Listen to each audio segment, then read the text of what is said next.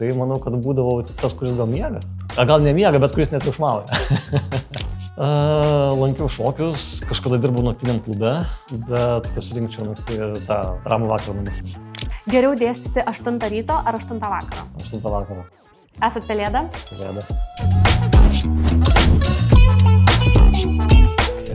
Vytautas Mažeika, SMK, lektorius, dėstau sandėliavimo logistiką, sandėlių logistiką ir viskas, kas susijęs su sandėliais. Ir gyvenimo moto visada, kai neri, reikia žinoti, kada iškilsi.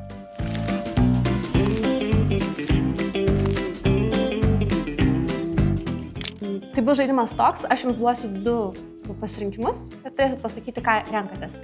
1000 eurų grynais ar studento padėka, kuri priverčia nusišypsoti? 1000 eurų. Gali būti investicija į save. Tai. Savaitė be kavos ar savaitė be kompiuterio? Savaitė be kompiuterio. Paskaita, kur visi miega, ar paskaita, kur visi triukšmauja? Aš jau, kad triukšmauja. Tai yra energija.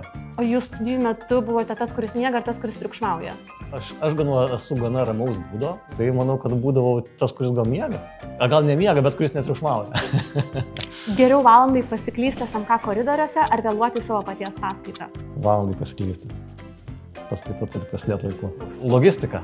Logistika, prekės turi išvažiuoti klientų laiku. Šokiai iki ryto ar ramus vakaras namo? Namuose. Ramus vakaras namuose. O studijų metais mėgdavot pašokti? Lankiau šokius, kažkada dirbau naktiniam klube, bet pasirinkčiau naktį tą ramų vakarą namuose. Kelionė aplink pasaulį ar nuosavas namas prie ežero? Kelionė po pasaulį. Geriau gyventumėte 100 metų ramiai ar 50, bet intensyviai ir smagiai? Na, greičiausiai, jeigu ramus vakaras namuose, tai turbūt 100 metų ramiai. Geriau 1 000 000 eurų dabar ar darbas, kurį mylite visą gyvenimą? Jeigu 100 metų gyventi, tai turbūt mėgstamas darbas gal tada vertingesnis būtų. Antras diplomas ar antra jaunystė? Aišku, kad antra jaunystė. Geriau rinktumėte sužinoti savo ateitį ar pakeisti vieną savo praeities sprendimą? Gal sužinoti ateitį, kad galėtum priimti sprendimus? Geriau studentas, kuris visada klausia, ar studentas, kuris visada žino? Studentas, kuris visada žino, nes tas, kuris žino, jisai dažnai gali tau pasupranti tau pačiam įdomų dalykų. O koks jūs studentas buvot, kuris viską žinojot, ar kuris visuomet klausėt? Aš gal būdavau tas, kuris daugiau klausinėjo. Tai ir klausėt iki šiol, ar ne? Dabar kartais sunku atrasti asmenį, kurio galėčiau paklausti. Bet vis laikas stengiuosi tokius surasti. Geriau dėstyti 8 ryto ar 8 vakaro? 8 vakaro. Esat pelėda? Pelėda. Geriau studento įžūlus klausimas ar studento visiškas tylėjimas? Įžūlus klausimas.